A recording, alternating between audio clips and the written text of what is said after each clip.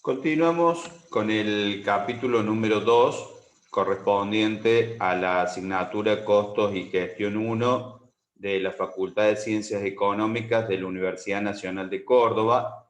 En este caso, veremos los puntos número 7 de acumulación y asignación de costos, el punto número 8 de costos totales y unitarios y el punto número 9 de estados financieros e información de costos.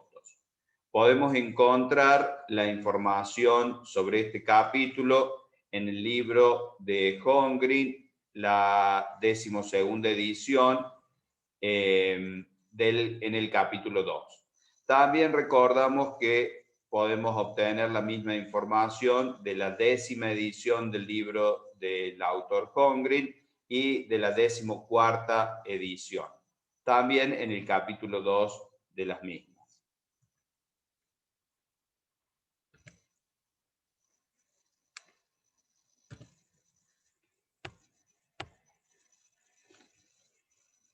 El punto 7 es acumulación y asignación de costos. Tenemos que tener en claro, para poder hablar de este tema, cuáles son los costos directos y cuáles son los costos indirectos.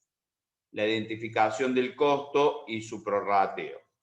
Los costos directos de un objeto de costos se relacionan con el objeto de costo en particular y se identifican con él en una forma económicamente viable, eficaz en cuanto a costos. ¿Qué significa que un objeto de costo, qué significa que un costo se relacione económicamente viable con un objeto de costo? Significa que realizarle el seguimiento es más beneficioso desde el punto de vista económico que el costo que ocasiona realizar ese seguimiento del costo. Por lo tanto, para que un costo sea directo, no solamente debe identificarse con el objeto de costo, no solamente debemos verlo en el objeto de costo, sino que también su seguimiento debe ser económicamente factible, económicamente viable. Tiene que ser beneficioso hacerle un seguimiento. Con el término de identificación del costo se va a describir la asignación de los costos directos a la asignación de costos directos al objeto de costo en particular. Por ejemplo, en este caso, si vemos esta mesa que está hecha de madera en su totalidad, la madera vemos que es un costo directo de la mesa, claramente. ¿Se identifica con la mesa? Sí, lo podemos ver con total claridad. Está hecha de madera. ¿Es económicamente viable o factible hacer un seguimiento de la madera? Sí, porque el costo que la madera tiene es alto, es elevado. Por lo tanto, cada vez que compramos madera, cada vez que utilizamos madera en el proceso productivo, debemos realizar un seguimiento de la misma. Por lo tanto, es un costo directo claramente. Es un costo que se identifica con el objeto de costo, que sería la mesa, y su seguimiento es económicamente factible o viable. Es más beneficioso hacerle el seguimiento que el costo que nos proporciona ese seguimiento. ¿Qué significa hacerle un seguimiento? Significa ver si estamos utilizando la madera de manera correcta, si hemos desperdiciado o no madera en el proceso productivo, cuánta madera tenemos en el almacén de inventarios de materia prima. Eso implica hacerle un seguimiento al costo directo. Hablamos ahora de costos indirectos. Los costos indirectos de un objeto de costo se relacionan con el objeto de costo en particular, pero no se identifican con él en una forma económicamente viable, eficaz. Es decir, que hacerle un seguimiento no es económicamente factible. Es más costoso hacerle el seguimiento que el beneficio que nos proporciona el mismo. Con el término prorrateo del costo se va a describir la asignación de los costos indirectos al objeto de costo en particular. Entonces, los costos indirectos los vamos a prorratear al objeto de costos. En este caso, por ejemplo, si hablamos de clavos, que puede tener la mesa de madera que vimos anteriormente, tornillos, que puede tener algún objeto de costo, quizá la mesa también, pegamento que puede tener la mesa. Estamos hablando acá de costos indirectos que hacen a materia prima indirecta para tener una claridad y una referencia respecto de lo que veíamos anteriormente, con una materia prima que era directa, que era clara, la madera, y acá observamos con un costo indirecto, tomando a la materia prima indirecta como un ejemplo. Pero costos indirectos, vamos a ver que no solamente es materia prima, sino también tenemos mano de obra y tenemos otros gastos que hacen a los costos indirectos que analizaremos con posterioridad en capítulos siguientes. ¿Qué factores atañen a la clasificación de un costo como directo o indirecto? Si bien es cierto, hay costos que tenemos claridad respecto de ser directos o indirectos, hay ciertos factores que nos ayudan a definir esto. ¿Qué costo va a ser directo y cuál indirecto? La importancia del costo de que se trate. Cuanto mayor sea el costo, mayor va a ser la posibilidad de que sea económicamente viable identificarlo con el objeto de costo en particular. Si tenemos un costo que estamos utilizando en la elaboración de un producto o en la prestación de servicio y este costo es importante, claramente lo vamos a tomar como directo. La tecnología disponible para recopilar la información. Esto también nos ayuda a tomar los costos como directos. Hoy los avances de la tecnología aumentan el porcentaje de estos costos que son clasificados como directos. Por ejemplo, un código de barra permite hacer un seguimiento a determinados insumos que antes no podíamos. Por lo tanto, si queremos hacerle un seguimiento, es mucho más simple, más fácil, más beneficioso y menos costoso de lo que resultaba con anterioridad a los avances de la tecnología. Otro punto a considerar es el diseño de operaciones. Por ejemplo, se facilita la clasificación de un costo como directo si las instalaciones de una organización o parte de ella se utilizan solo para un objeto de costo específico. En este caso, sabremos que esa parte de las instalaciones, que eso que se está utilizando específicamente para un producto, para un servicio, se va a transformar en un costo directo. O para un cliente en particular. Convenios contractuales.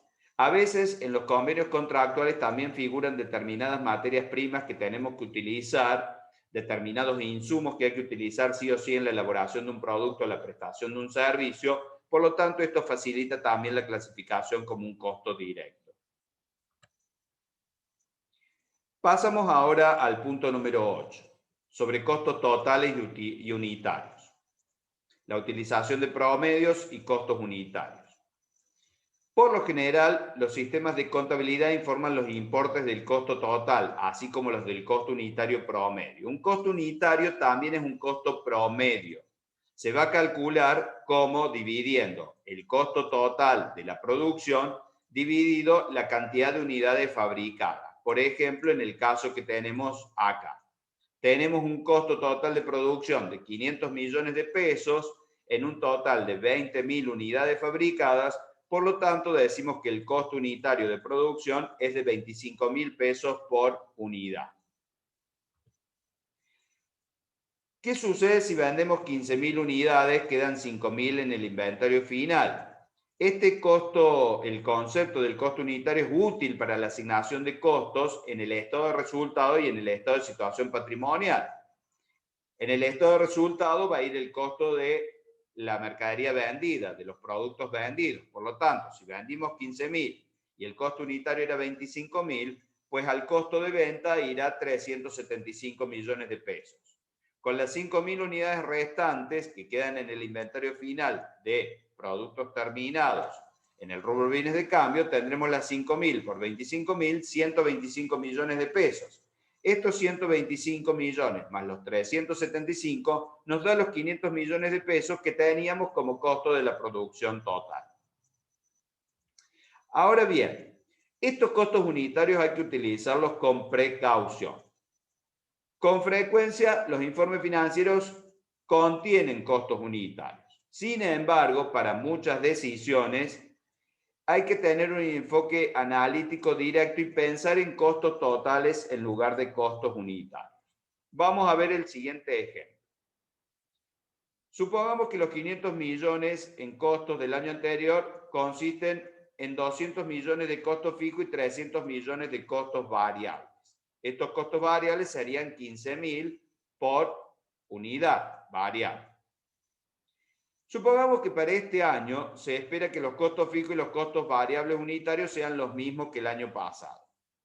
Los costos presupuestados para este año en diferentes niveles de producción serían, y acá tenemos un cuadro donde podemos ver los distintos niveles de producción, 10.000, 15.000, 20.000, 25.000, 30.000. El costo variable por unidad es el mismo por unidad de producto, porque no cambia. Dijimos con anterioridad que vamos a considerar que el costo variable continúa sin cambios, el costo variable unitario, y el costo fijo total también. Por lo tanto, el costo variable unitario por unidad es el mismo. ¿Cuál cambia? El costo variable total. Si tenemos 10.000 unidades, será 150 millones. Si tenemos 15.000, será 225 millones y así sucesivamente. ¿Qué pasa con el costo fijo total? El costo fijo total no cambia.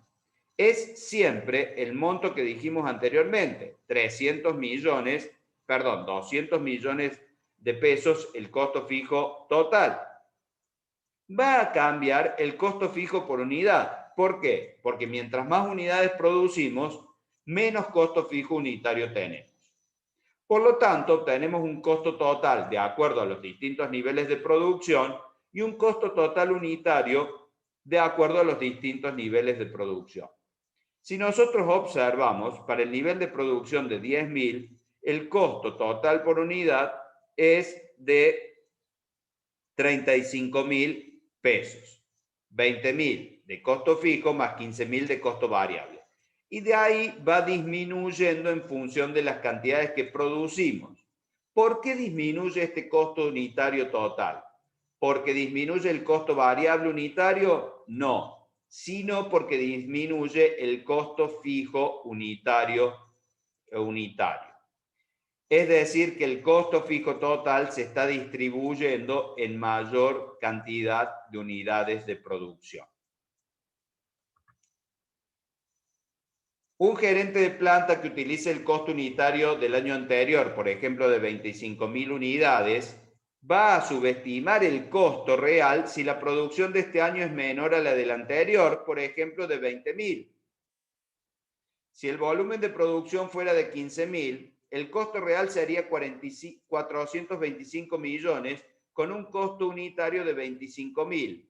Multiplicado por 15.000 unidades nos daría 375 millones. Estaríamos subestimando el costo real en 50 millones. 425 menos 375 estimados. Confiar en el costo unitario en esta situación provocaría que el gerente de planta no tuviera suficiente efectivo disponible, por ejemplo, para pagar los costos si el volumen disminuye a 15.000.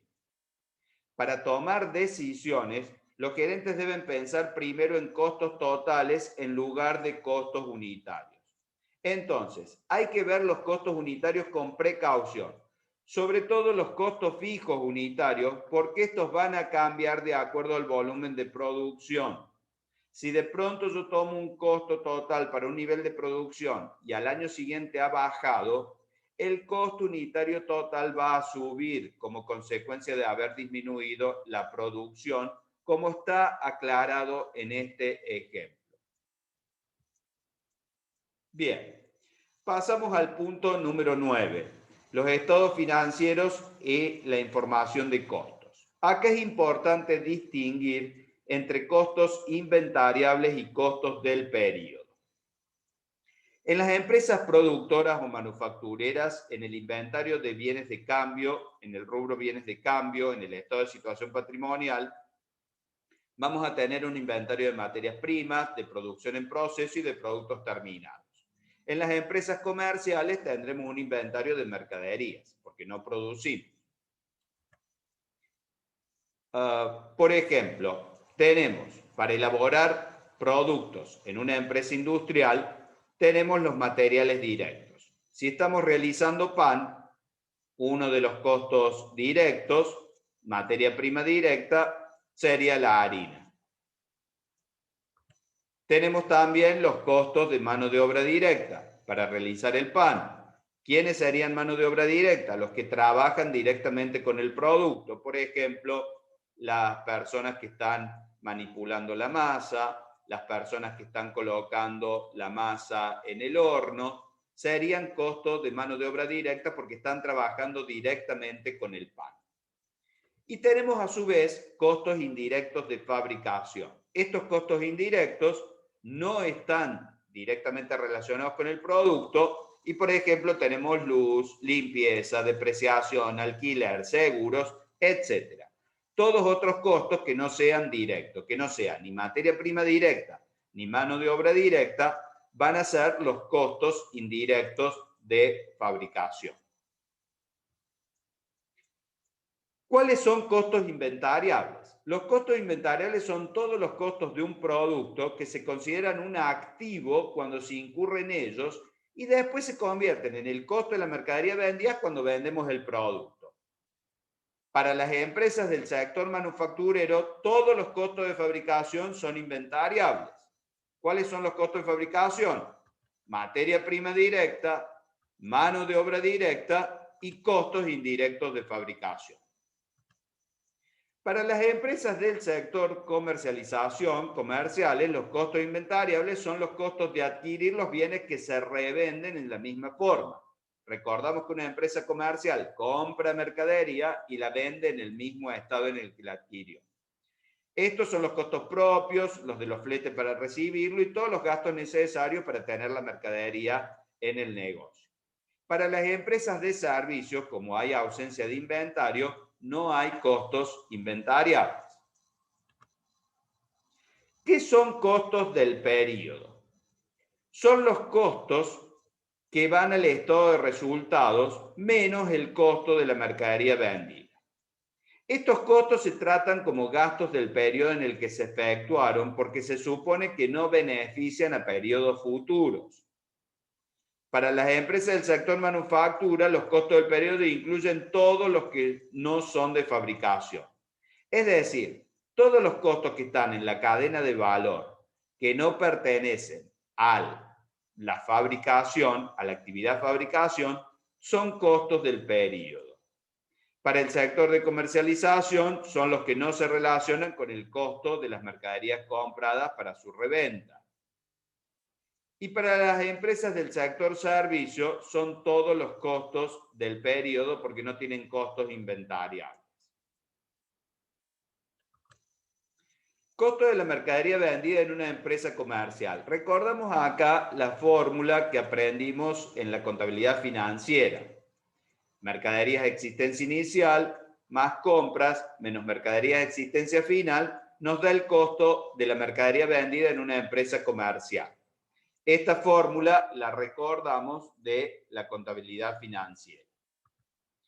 ¿Qué sucede en una empresa industrial? Básicamente la fórmula es la misma, pero como acá no hablamos de mercadería, hablamos de productos terminados, elaborados. Por lo tanto, tendría productos terminados de existencia inicial más costo de los productos terminados menos productos terminados de existencia final. El costo ese de los productos terminados, nosotros lo producimos a los productos, no los compramos, por lo tanto, tenemos que sacar el costo, se refiere al costo de los bienes que se terminan, que se comienzan antes o después del periodo contable en curso, y también sabemos que hay algunos que no se terminaron, sino que están en proceso. Es decir, que en este costo de productos terminados tenemos que tener en consideración los terminados, pero también los que están en proceso. Por lo tanto, tenemos que realizar un estado de costos. Este estado de costos se va a realizar con la materia prima directa consumida en el periodo, la mano de obra directa devengada en el periodo y los costos indirectos de fabricación del periodo. Esto nos va a dar el costo de producción del periodo, más la existencia inicial de productos en procesos. menos la existencia final de productos en proceso nos da el costo de productos terminados, más la existencia inicial de productos terminados menos la existencia final de productos terminados nos da el costo de los productos vendidos. Si nosotros vemos la parte final del estado de costo, dice costo de productos terminados más existencia inicial de productos terminados menos existencia final de productos terminados del costo de productos vendidos. Es lo que habíamos aclarado acá. Productos terminados de existencia inicial más costo de los productos terminados menos la existencia final. ¿Qué sucede con un estado de costo? Tenemos que ir para atrás viendo cuál fue el costo de la producción que tuvimos.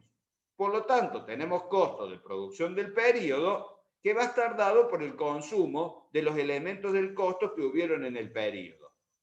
Y tenemos el costo de los productos terminados, que va a estar dado por el costo de la producción del periodo más menos las existencias iniciales y finales de la producción que está en proceso, porque esa no es producción terminada. Por lo tanto, un estado de costo de una empresa industrial es más amplio que el costo de venta de una empresa comercial. El estado de costos, si nosotros observamos, nos está mostrando el costo de la producción en distintos momentos. Tenemos el costo de la producción del periodo, el costo de los productos terminados y el costo de los productos vendidos.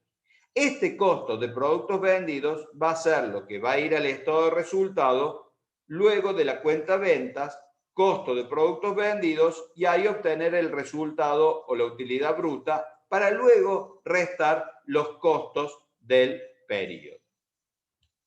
Muchas gracias. Hemos analizado acá los puntos 7, 8 y 9 del capítulo 2 de la asignatura Costos y Gestión 1 correspondiente a la Facultad de Ciencias Económicas de la Universidad Nacional de Córdoba.